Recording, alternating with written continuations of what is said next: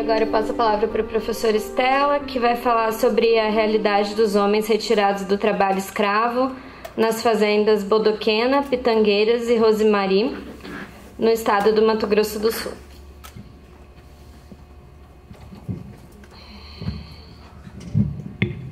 Socorro.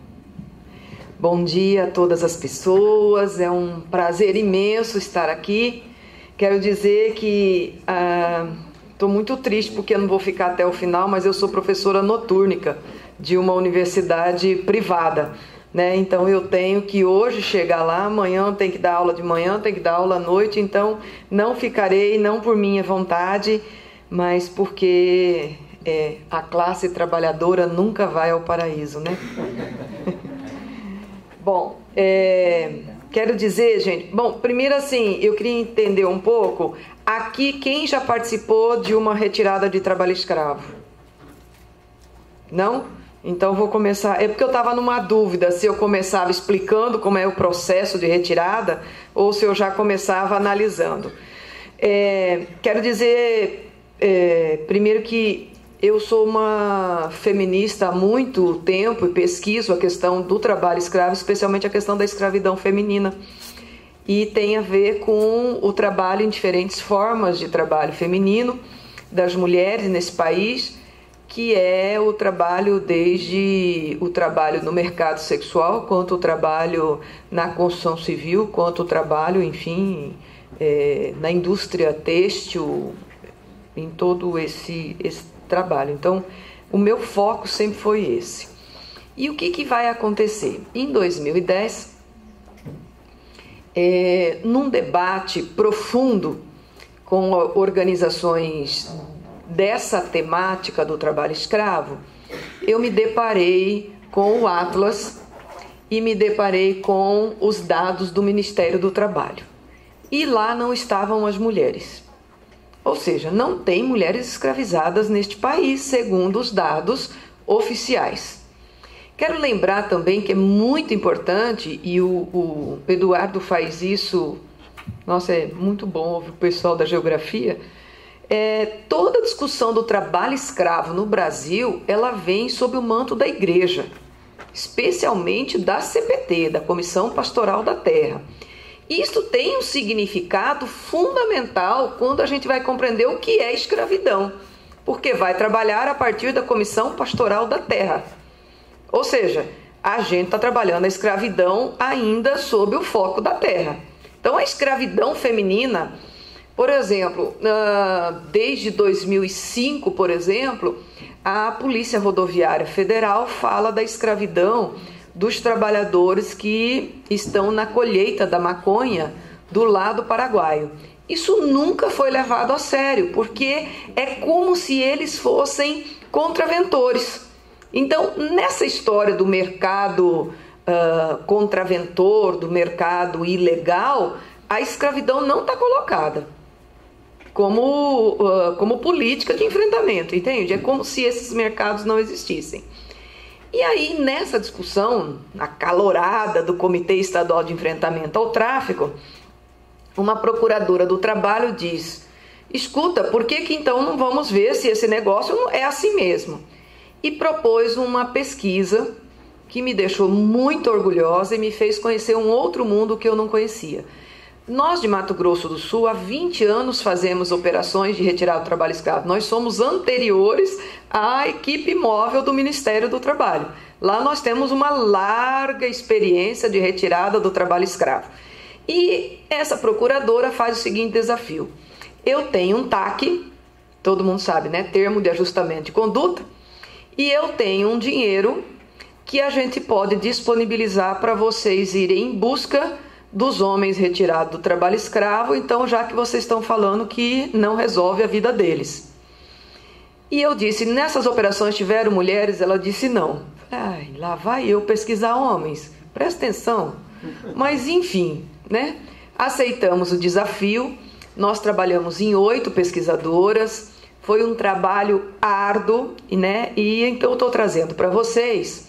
Eu mudei o título da minha apresentação há 3 dias, depois que eu tive que refazer toda a leitura dos dados da pesquisa, eu fiz isso. Então, eu quero dizer assim, essa pesquisa, ela foi um grande momento também de eu me reapropriar das discussões de gênero, especialmente quem são esses homens que estão no trabalho escravo, né? Eu quero dizer também que nessas 3 fazendas, as 3, o trabalho escravo era na pecuária para limpeza da pastagem, para aplicação de agrotóxico e para destoca, né? Então, todas essas 3 não eram com a lida do gado, era com a preparação da terra para a utilização pelo gado. Nessas 3 fazendas, os bois são vendidos para gado de corte, são vendidos para os frigoríficos que exportam para os países tanto do leste europeu quanto dos países asiáticos. Então, nós estamos falando de um trabalho escravo que está inscrito na Divisão Internacional do Trabalho. Ou seja, nós temos frigoríficos, nós temos o trabalho no campo e nós temos o transporte e a exportação. Meu estado é um estado que é o 3º maior produtor de boi, se eu não estiver errado, né? Para o corte é o 2º, para o produtor de boi de forma geral é o 3º, e toda essa riqueza é fundamental para a balança comercial brasileira. Então nós estamos falando de um trabalho escravo que ele não existe em si, ele existe para a cadeia produtiva da carne, que é fundamental para a balança comercial brasileira. Então nós estamos falando deste mundo globalizado, onde essas 3 fazendas são colaboradoras do PIB brasileiro. Bom, eu trouxe para vocês os 2 municípios, não sei se vocês vão conseguir ver direito, mas o primeiro é Maracaju, é a cidade onde o atual governador foi prefeito. Ela é rica em monocultura, ela tem um histórico imenso de trabalho escravo nos canaviais, agora não mais porque os canaviais estão mecanizados, né? Então, com a mecanização dos canaviais, o trabalho escravo no canavial diminuiu grande. Aqui sim nós tínhamos muitos indígenas em situação de trabalho escravo, historicamente, sempre tivemos operações neste município. É um município de porte pequeno, que agora está se agroindustrializando, especialmente na produção de açúcar e de álcool e com o caminho para uma industrialização da carne. Ele é famoso também pela produção da linguiça de Maracaju, que exporta para o mundo inteiro e é famoso e tem uma história tradicional.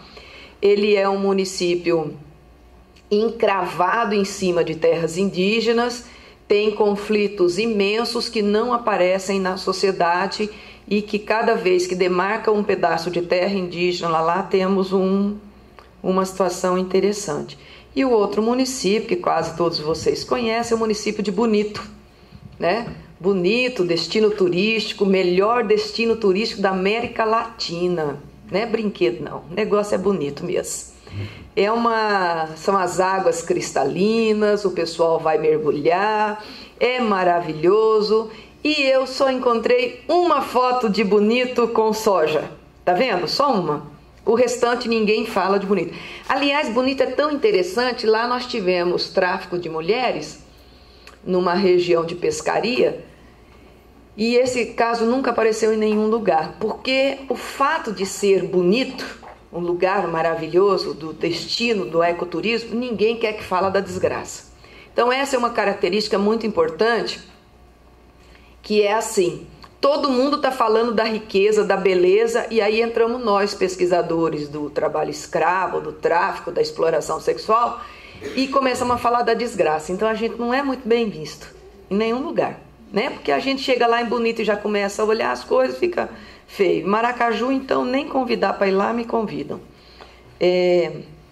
Bom, esses 2, por que eu estou trazendo isso, gente? Porque a tese principal nossa é que o trabalho escravo, ele está aqui no meio de nós, tudo quanto é lugar que a gente está. Então, o trabalho escravo, eu quero dizer que eu recheei tudo de poesia, porque de vez em quando eu preciso de poesia para ver se eu mantenho minha saúde mental. E a primeira de Dom Pedro Casaldáliga, caminho é o que a gente é, caminho é o que a gente faz. A escravidão mora em Bonito e Maracaju. Quem são os homens? Então, essas 3 fazendas tiveram operação de retirada de trabalho escravo. Eu estou com uma dificuldade imensa de falar de libertação, viu? Não estou dando conta mais de falar de libertação. Esses homens, são 3 operações, no somatória 34 pessoas foram retiradas. Qual que é a questão?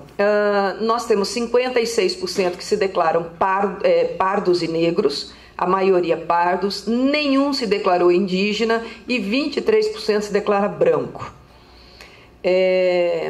O máximo de idade que a gente teve foi em torno dos 40 anos, nós tivemos um de 42 apenas, o restante todos de menor idade.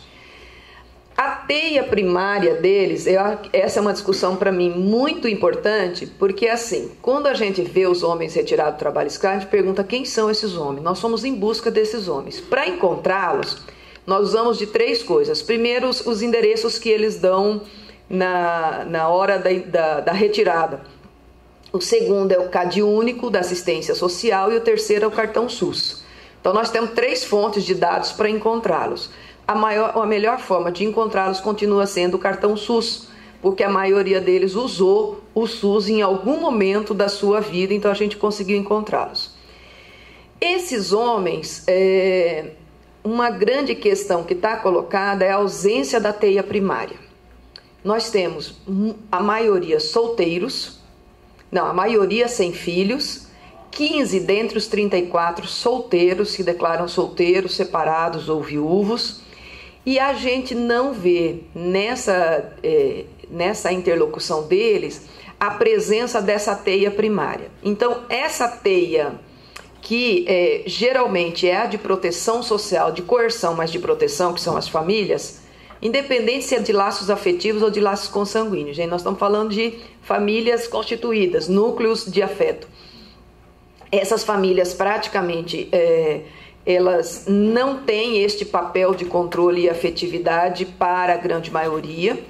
Nós não temos, então, a presença de uma rede protetiva primária, ou seja, a gente vai ter um grupo significativo desses homens que a gente chama de pouca teia primária. O histórico de trabalho deles é muito interessante, isso que Eduardo fala, a gente começa a comprovar nisso. O histórico de trabalho deles é um histórico de desproteção social. Por exemplo, vários deles tiveram várias carteiras de trabalho e eles não mantiveram uma carteira de trabalho única por diferentes motivos.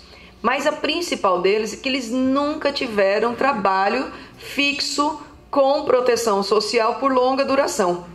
Então, este é um grupo de trabalhadores no Brasil que o velho Carlinhos chamava de exército de reserva, e que a gente estava chamando esses dias de excluído, uma coisa horrorosa chamar esse povo de excluído. E é que, na verdade, esse grupo que o capitalismo precisa para funcionar e que vai existir nessas comunidades. Eles não tiveram nenhuma proteção social. E é muito interessante, além deles não terem acesso, porque olha só, o mesmo fato deles viverem sozinhos e não terem filhos, de outro lado os impede de ter acesso, por exemplo, ao Bolsa Família. Por quê? Ao mesmo fato que eles são seres masculinos, portanto, dotados, que a sociedade diz que eles têm a obrigação de fazer o sustento, ao mesmo tempo eles são desprovidos de proteção social, exatamente porque são masculinos e não têm filhos sob sua responsabilidade. A contradição disso é a coisa impressionante, porque eles não são colocados em nenhuma forma de proteção social porque não têm filhos.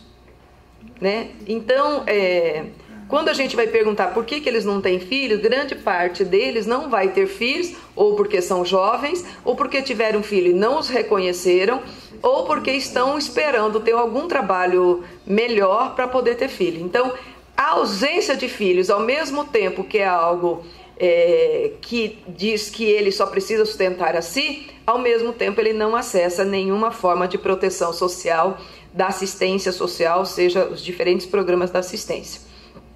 Um outro dado interessante, nós tivemos somente um com segundo grau, um nível médio, e vai ser uma pessoa muito interessante na pesquisa, porque nós vamos ter, em uma das operações, um casal de homossexuais nesta operação, onde o papel do homossexual com características mais afeminadas vai ser exatamente aquele que cuida dos outros e faz a comida e tudo. Este tinha ensino médio e ele diz, olha, eu fui porque tinha que ir, a gente não conseguiu nada aqui. Então o casal homossexual vai ser aliciado juntos, né? A gente tem uma escolaridade interrompida, apenas um se declara analfabeto. Esse é um outro dado muito interessante. Ao conversar com os homens, uma das coisas mais terríveis é começar a perguntar coisas para eles sem ter a cara da colonialidade, né? Então perguntar para eles, você estudou? É muito diferente dizer você é analfabeto. Então é preciso dizer, você estudou? Né? E nós tivemos apenas um que disse não estudou. O restante todos falaram que estudaram.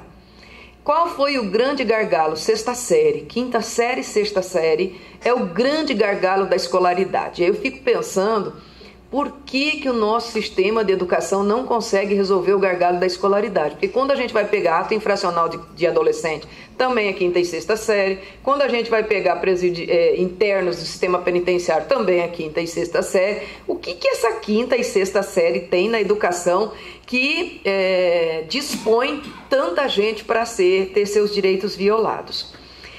Agora, o que é interessante também é quando a gente pergunta para eles qual é a qualificação profissional. É muito bonito porque todos eles dizem que têm qualificação.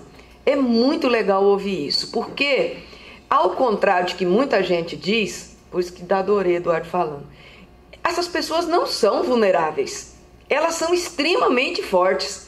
E é exatamente a fortaleza delas que leva elas a serem aliciadas. Não é a vulnerabilidade, porque o discurso da vulnerabilidade somos nós da política pública que fazemos. Eles não gostam de ser vulneráveis, nem excluídos, nem coisa nenhuma. Eles são fortes. Então você pergunta assim para eles, você tem, o que você tem? O que você sabe fazer? Gente, eles têm uma lista de coisas que eles sabem fazer. O que acontece? Essa lista de coisas, aliada à baixa escolaridade, não garantiu para eles nenhuma proteção social. Então, a qualificação profissional foi uma qualificação da vida. Então, a gente só vai ter 4 que diz a profissão. Um diz, eu sou trabalhador da cana-de-açúcar. O outro diz, eu sou cozinheiro. O outro diz, eu sou pintor. E o outro diz, eu sou tratorista. Tirando esses 4, eles vão dizer inúmeras coisas que eles fazem e que estão capacitados para isso. Agora, 3 grupos foram muito... Eu sou assistente social, né, gente? É por isso que eu fui falar. As meninas falaram, nós éramos 8 pesquisadoras, 6 assistentes sociais e 2 psicólogas. Então é claro que a gente enxergou coisas que a grande maioria não enxerga. O primeiro que enxergou, gente, por isso que eu perguntei se vocês já foram a alguma operação. Na operação é assim, monta antes, né? Ministério Público do Trabalho e as polícias. Se for caso de trabalho escravo com pessoas da localidade, geralmente polícia militar. Se for com, que você sabe que vai ter migrantes internacionais, você monta com a Polícia Federal ou monta com as duas junto. Bom, aí você vai de madrugada, levanta todo mundo 3 horas da manhã, entra num ônibus com polícia, com tudo, e vai em busca da fazenda onde vai ser retirados os trabalhadores. Quando chega lá, primeiro que os trabalhadores levam um susto. O que é isso? Vieram me pegar para quê? Né? E aí a primeira coisa, então né? O grupo retira todo mundo e leva para um lugar, geralmente na cidade ou na sede da fazenda. Geralmente eles estão dormindo em coisas de gado, em... como chama aquilo? Currais, eles estão em baia de cavalo, embaixo de lona, perto dos riachos, uma coisa difícil. Me lembro ainda quando eu fui naquela operação de retirada dos trabalhadores indígenas da Debrasa, eles ficavam num lugar, gente, eram mais quase 900 indígenas, num lugar que tinha um banheiro. Vocês imaginam o que foi aquilo? Até hoje eu sinto o cheiro. Gente, já faz tantos anos e o cheiro até hoje não saiu da minha memória o que é aquela operação. Bom, Aí, realmente, eles são tirados, trazidos para algum lugar. E aí começa uma situação muito interessante, porque cada um começa a ir atrás, né? Então, vamos ver. Tem documento, não tem documento? Quem é o gato? Quem é que está lucrando e chama todo mundo e parará. E três grupos me chamam absolutamente a atenção nestas 3 operações, porque nestas 3 tinham essas características. Primeiro, fugitivos da polícia, muito interessante, né? Eu estava contando para a Helena que a primeira vez que eu vi isso me deu um nervoso tão grande, eu queria bater na polícia. Por quê? Enquanto o pessoal vai dando conta de ver os direitos trabalhistas e chama todo mundo, o sistema de segurança pública fica puxando no computador deles os nomes dos trabalhadores. E em toda operação vai aparecer alguém que estava fugindo da polícia. O que vai acontecer? Esse trabalhador, ele é priorizado no atendimento. Sabe para quê? Para liberar ele para a prisão. Então, me deu um nervoso, porque eu não consegui nem falar. Quando eu fui falar, o cara já estava indo preso. Ele já tinha recebido... Gente, ele é sempre o primeiro. Por quê? Porque o sistema de segurança, ele é tão mais efetivo do ponto de vista... Do quê? Não é da garantia de direitos. O que é aquele negócio que eles fazem? Alguma coisa que eles fazem, eles são muito efetivos, né? E leva o camarada preso. Um outro grupo que me chamou a atenção, que eu fiquei... Em toda operação tem um adolescente. É interessante porque esse dado vai aparecer no Atlas. Acho que são 12% de adolescentes, eu acho. Não vou lembrar agora. Toda operação tem adolescente. E quando tem adolescente, a pergunta que a gente faz, mas esse guri não estava estudando? Estava. Ele tem matrícula escolar. Ele é alguém que estudou. Ele é alguém que está na rede da política pública. Por que ele não foi acessado? Por que ele não foi cuidado? Não foi. Ele não é cuidado, só enxergam ele depois que ele sai. E nesses 3 adolescentes, um especial, o relatório dele é da gente sentar e chorar, que é assim, ele é retirado, o grupo que está lá, especialmente o pessoal do Ministério Público do Trabalho, faz toda a identificação dele, faz a cartinha e manda para o Conselho Tutelar do município de origem. Esse adolescente, o Conselho Tutelar vai vir buscá-lo. Vem buscá-lo, leva para o município de origem, chega lá, dá um esporro no menino, dá uma bronca nesse menino, onde já se viu, por que não está na escola, que foi procurar essas coisas? O menino leva a bronca do Conselho Tutelar. Aí o Conselho Tutelar leva o menino para a escola. Olha aqui, de agora em diante você tem que estudar. O menino já não gosta de estudar. A escola é chata.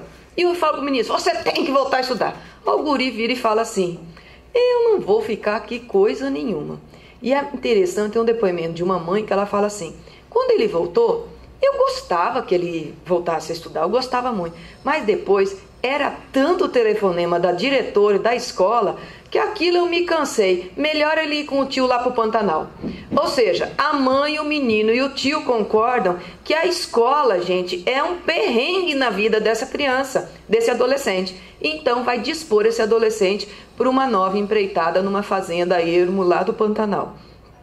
Essa história desses adolescentes, eles me impactam profundamente porque nós estamos produzindo os próximos escravos, né? Nós estamos tirando os escravos de um lado e produzindo a próxima safra de escravos, porque ele vai ser escravizado várias vezes. Ele vai ser aquele cara que o Paul Singer falava assim, nossa, tem situações de trabalho escravo que eu já encontrei 4 vezes a mesma pessoa, né? No caso desses adolescentes, a gente vai ter isso. E o outro grupo, gente, não comprovado, isso aqui é observação das pesquisadoras, a partir do depoimento das mães e da observação visual com os trabalhadores, que são aqueles trabalhadores masculinos com uma idade já na fase adulta jovem, que possivelmente têm rebaixamento cognitivo. Possivelmente. São aquelas pessoas que não foram encontradas pela política protetiva de garantia de direito das pessoas com deficiência e elas estão disponíveis para o trabalho. Em 3 entrevistas isso fica muito claro, porque a mãe fala, ele é meio bobo. Ele chega aqui, ele pega o dinheiro dele, vai lá na zona, gasta tudo, chega em casa de fogo e aí ele fica esperando um novo convite. Aí a gente fala, mas ele é meio bobo. Como ele é bobo? Ele não serve para nada, ele só serve para trabalhar. Aí a gente fica assim. Ou então a vizinha diz, ele é assim, ele está sempre alegre, tudo que a gente pede ele faz. Só que ele não tem cabeça para fazer as coisas por ele mesmo. Então, ele é assim, bom para trabalhar. Aqui chegou, convidou, ele vai. Aí a gente fala, ué, como assim? Então, assim, nós temos 3 grupos que a gente deveria pesquisar melhor. Porque são grupos que a garantia de direitos, na verdade, ela inexiste e, portanto, estão disponíveis para esse trabalho. Bom, e aí, gente, então, quando chega a libertação, né? Esse daí é do Brecht. Estranhe o que não for estranho. Tome por inexplicável o habitual. Quando chega aquela operação, gente, vocês imaginam, nós já tivemos operação com 120, com 800, né? Mas essas operações eram pequenas, 15, 13, 12, né? Eram operações pequenas. Quando chega aquela operação, primeiro, o prefeito, vocês imaginam um prefeito de uma cidade turística dizer que tem trabalho escravo no seu município. Ele quer se livrar daquela operação. O que ele faz? Gente, ele ajuda com tudo. Até se for preciso, ele paga passagem para levar logo aqueles homens embora. Porque aqueles homens estão com mau cheiro. Porque aqueles homens estão enfeiando a prefeitura. Então é muito natural que na retirada do trabalho escravo, nem a política da assistência social, nem a política de saúde sejam chamados. A gente foi entrevistar os gestores públicos, eles falaram, ué, mas a gente nem soube que teve operação aqui. Então, lá no gabinete do prefeito resolvem tudo. E isso quando o prefeito não fica bravo, fala, não vou fazer nada, e a operação vai ter que ir para um hotel, para um lugar que tenha algo coletivo que possa abrigar esses trabalhadores. Nesse momento da retirada é muito interessante, porque as equipes são muito herméticas. Quem que vai? Polícia, Ministério Público do Trabalho e os auditores do Ministério do Trabalho. Aí entra uma discussão, Eduardo, interessante, porque assim, quando o auditor do Ministério do Trabalho vai, aquele trabalhador vai ser inscrito no seguro-desemprego. Quando o auditor do Ministério do Trabalho não vai, aquele trabalhador não vai ter o seguro-desemprego. Então, olha só, a ausência do Ministério do Trabalho na retirada do trabalho escravo impõe ao trabalhador o não direito.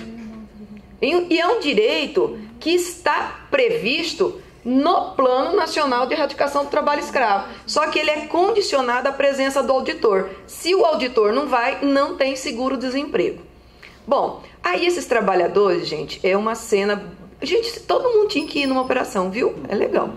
É uma cena bem interessante, porque aí alguém começa a fazer a planilha de direitos trabalhistas, os registros em carteira, chama o gato, negocia a hora que quem vai pagar a comida dos trabalhadores, isso aqui vai demorar mais de um dia, então vai ter que ter hotel, e aí começa uma infra para dar conta. Alguém vai fazer as planilhas trabalhistas, alguém vai fazer os registros em carteira, tudo isso ali documentado, uma documentação imensa que é feita com o gato, com o dono da fazenda, muitas vezes quando consegue, ou então ele manda um advogado lá para conversar por ele.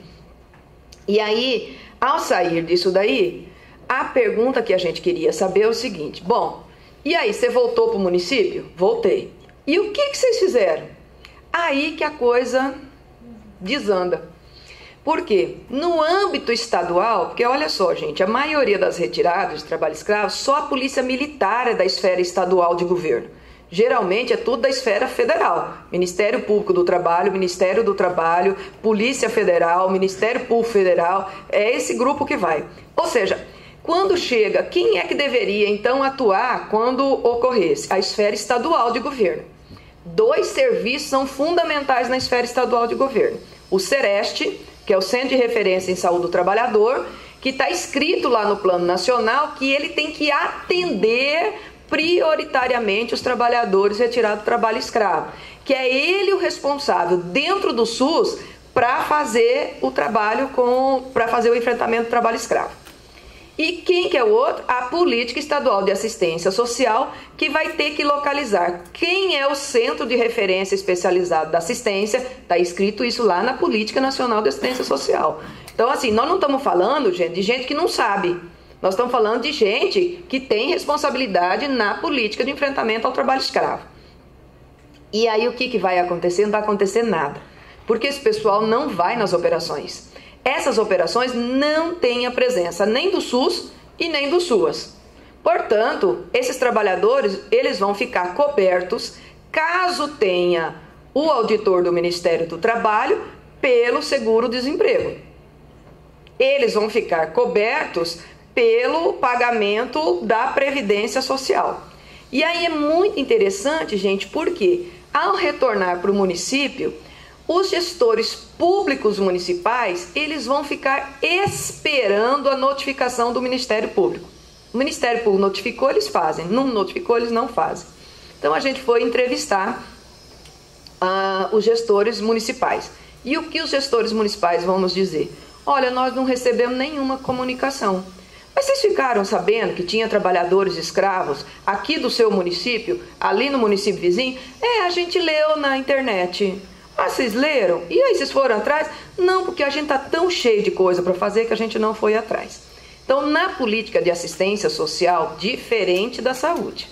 Na política de assistência social, nós temos, gente, uma política neoliberal tão desgramada, tão horrorosa implantada, que grande parte dos CRAs e dos CREAs, as equipes, gente, não são fixas, não são concursadas. As pessoas estão ali contratadas e qualquer coisa que elas façam que não interessa aquele governo local, elas podem ser demitidas. Então, dizer que existe trabalho escravo que vai fazer alguma coisa pode ser algo completamente contrário aos interesses da gestão local. Então, assim, nem o CRAS vai fazer, nem o CREAS vai fazer, que é o Centro de Referência Especializado.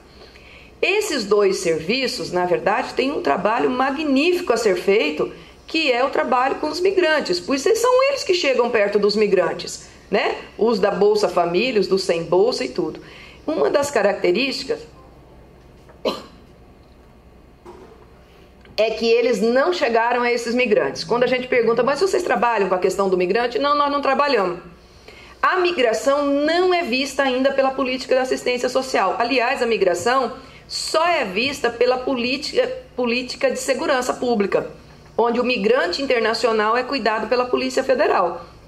Nós temos no Brasil inteiro, gente, em todos os 5.000 e tantos municípios, nós temos um centro de referência de atenção ao migrante, que é no município de São Paulo, criado a partir da prefeitura municipal, que não tem a ver com a polícia. Só esse.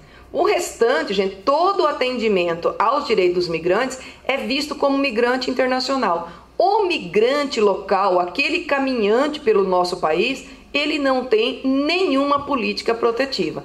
Aliás, a política tem, né? Eu costumo dizer que a gente não pode dizer que não tem política. Tem uma política de mandar embora o migrante. Então, todo município tem um negócio chamado plantão social, que dá passagem para o cara ir embora. E no máximo segura o cara por 2 ou 3 dias ali, faz um alojamento provisório e manda o cara embora. Então, nós não temos no país uma política de garantia de direitos para migrantes. Esse cara, eu estive agora, que não está nesse texto, mas eu estive agora no município que tem agora um impacto grande da plantação de eucalipto, uma planta imensa lá, que eles, o que faz? O migrante vem na Secretaria Municipal de Assistência, fica um dia alojado, aí ele vai para o ponto de chapa. Ponto de chapa é o cara que vai ser aliciado por um novo trabalho. Se ele não consegue, ele volta, pega a passagem, vai embora. Então você tem, dentro da própria política de assistência social, um processo de desproteção social tão grande que o cara, ele vai lá se dispor para um novo aliciamento num novo trabalho em situação de escravidão. E assim, a hora que você conversa com a política de assistência social, isso não está posto. Bom, então a gente vai ter a política de saúde não enxerga. Engraçado porque os agentes comunitários que a gente fez uma roda de conversa, eles falam, não, a gente sabe tudo. Esse sabe tudo dos agentes comunitários não chega na política de saúde. Quando a gente perguntou para esses 31 trabalhadores, vocês usam o SUS? Usamos, né? Usam o SUS na hora da dor física e tudo, mas assim, não tem um processo de acolhida para esses trabalhadores, nem sequer de atendimento quando eles são retirados para saber que tipo de doença que eles têm. Né? Um grande número com tuberculose, que é a nossa epidemia escondida que está aí entre nós, né? Mas não vê. Na Previdência Social, eles são cobertos durante o processo que estão no seguro-desemprego, e na política do trabalho eles vão ter o seguro-desemprego, mas o processo de capacitação eles não são encaminhados. Tem uma experiência interessante lá no Mato Grosso agora, que estão capacitando. É muito interessante porque a gente percebe assim, cada um vai inventando um jeito de proteção, mas uma proteção mínima para esses trabalhadores. Agora, o maior discurso de todos os trabalhadores, da saúde, da educação, da previdência, do trabalho, da educação, não estamos capacitados. Como se os trabalhadores escravos fossem um outro ser, né? É muito complicado. Nós não estamos preparados. Bom, então, nós vamos perguntar para os trabalhadores o que eles acharam desse negócio de ser retirado. E aí eu estou trazendo para você, Geraldo Vandré, se você não concordar, não posso me desculpar. Não canto para enganar. Vou pegar a minha viola, vou deixar você de lado e vou cantar em outro lugar. Porque ouvir os trabalhadores sobre o que eles pensaram da retirada do trabalho escravo foi um negócio difícil, viu, gente? Primeiro, assim, nós achávamos que a gente ia chegar lá e eles iam estar com uma raiva de quem os aliciou, né? Mentira. Eles estão com raiva de quem tirou eles de lá. Por quê? Lá era o único lugar que eles tinham de algum tipo de trabalho que eles podiam dizer, eu estou trabalhando. O retorno deles foi um retorno para o destrabalho, para a desproteção, para não ser ninguém. Pior, quando eles voltam, a família fica sabendo e fala assim, mas esse é fraco, hein? Não aguenta o rush. Ou seja, também o trabalhador é considerado aquele que não dá conta da escravidão. E eu estou falando de trabalhadores masculinos, né, gente? Na idade produtiva, né, que o impacto desse trabalho é decisivo na sua vida. Porque ele diz, eu sou campeiro. Aí me tiraram de lá, agora não sou nada. Então, assim, o não ser nada depois da retirada é um negócio complicado. Sobre o gato, ele vai dizer assim, mas ele é o único que dá trabalho pra gente.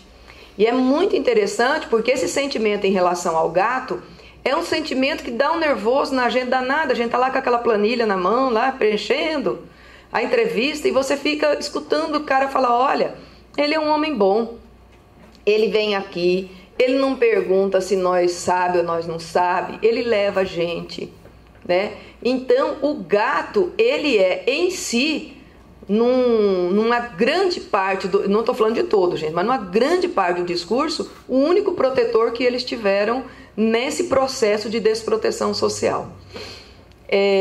A outra coisa que é terrível, e aí é muito difícil, porque quando a gente vai nas casas, vai nas famílias, vai na redondeza, é que a retirada deles não significou nenhuma mudança positiva na vida deles. Olha, com o dinheiro eu comprei a geladeira, ou com o dinheiro deu para eu me qualificar, ou com o dinheiro... Não aconteceu nada.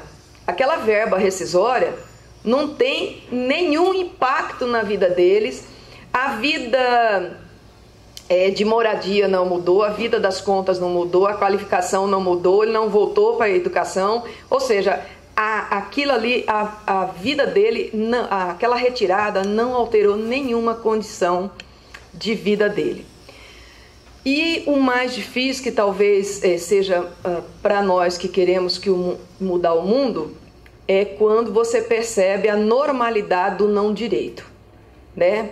O não direito é a normalidade. Então, não ter carteira assinada, não ter proteção social, não ter acesso ao Bolsa Família, não ter acesso ao Vale Renda, não ter acesso à Previdência, não ter acesso... Por exemplo, quando um trabalhador fala assim, a gente fala, nossa, você teve problema de saúde? Tive. Você foi na Previdência para ficar encostado? Ele fala assim, eu fui, mas o cara tinha assinado errado a minha carteira. Então você não acessou a Previdência? Não. E o que você fez? Deixei para lá. A normalidade do não direito é tão forte que você tem uma distância entre o discurso nosso que falamos dos direitos e aquele trabalhador que diz os não. Não, mas isso é normal. A gente pergunta, mas você foi lá atrás do cara para resolver a sua carteira? Deixa para lá, depois eu vejo. Né? Então, essa normalidade do não direito, construído historicamente, com esse grupo do Exército de Reserva, ele é para nós um impacto tão grande no processo de entrevista que muitas vezes pensamos assim, como romper essa crosta do não direito de pessoas. Talvez o Boetti fosse o que melhor nos ajude com isso. Porque o Boetti, ele vai dizer o seguinte, como é que a gente explica a liberdade para quem nunca teve? É tão substancial a liberdade que não é possível explicá-la. Só quem a viveu sabe o que é a liberdade. Então, assim, como é que a gente explica dignidade para quem nunca viveu a vida com pleno direitos ou com dignidade? Como é que você explica algo que é tão substancial, tão forte em nós, da sociedade burguesa, que a gente não consegue explicar isso para os trabalhadores? Então, isso é pensar um pouco, né? Agora, o mais interessante, quando a gente terminou esse levantamento, a gente fez uma roda de conversa. E o que a gente percebeu? Todas as instituições fizeram o seu dever, sabia? Ninguém desrespeitou o seu papel. Ninguém desrespeitou. O problema é que se todo mundo fizer o seu papel, nada muda. Essa é a questão da política pública hoje. Todo mundo obedecer o que está escrito nos protocolos, nas normas, nós vamos ter um monte de atividade, mas não muda a realidade. Porque a realidade não muda quando cada um cumpre o seu papel. A realidade muda quando a gente se junta e diz, é preciso ir além do papel que a gente faz. Porque se cada um cumprir o seu papel, não muda em nada a realidade promotora de direitos. Por fim, Pedro Tierra, criar sem pedir licenças um mundo de liberdade. Talvez seja essa um grande desafio, poeta de Tocantins, que escreve um poema belíssimo e diz assim, nós somos a tempestade. Então a pergunta que a gente faz quando a gente termina, né, porque como diz o Gadamer, né, toda pesquisa termina com pergunta. E nós deveríamos nos perguntar, é possível enfrentar o trabalho escravo? Essa é uma pergunta que tenho me feito nos últimos 6 meses de forma cotidiana. É possível, no mundo em que vivemos, com este atual estágio de desenvolvimento do capitalismo? Mas também deveríamos nos perguntar, não fosse a denúncia e a atuação do Ministério Público, teríamos libertado os trabalhadores do jugo escravista? Teríamos feito isso? Teriam os trabalhadores sido devolvidos às suas cidades? Teriam recebido seus haveres trabalhistas? Mas, fundamentalmente, teria a sociedade sabido que o trabalho escravo existe? Porque talvez a maior função dessas operações seja dizer que o trabalho escravo existe. Na Batalha das Cidades, empunhamos a nossa história. Já não há quem nos detenha. Nós somos a tempestade. Obrigada.